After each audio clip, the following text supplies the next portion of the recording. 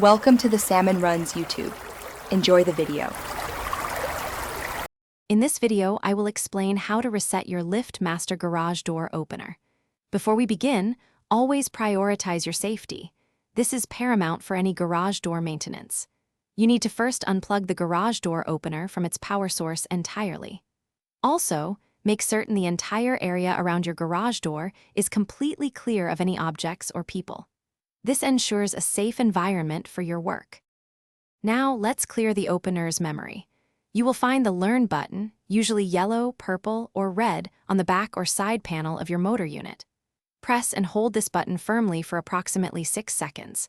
The LED indicator light next to it will illuminate, then blink, and finally turn off.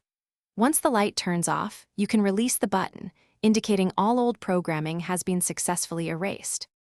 With the memory clear, it is time to reprogram your devices. Briefly press and release the Learn button one time, the LED light will come on solid. Within about 30 seconds, press the button on your remote control that you wish to use. The opener lights will flash or click, confirming successful pairing. For a keypad, enter your new 4-digit code, then press the Learn button on the keypad. Now that your devices are programmed, plug your garage door opener back into its power source. Test both your remote control and keypad to ensure the door opens and closes correctly. Always check that the safety sensors, located about 6 inches from the floor, are properly aligned and their indicator lights are on.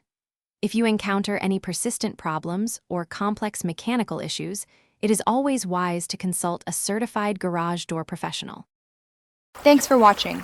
Consider subscribing if we helped you.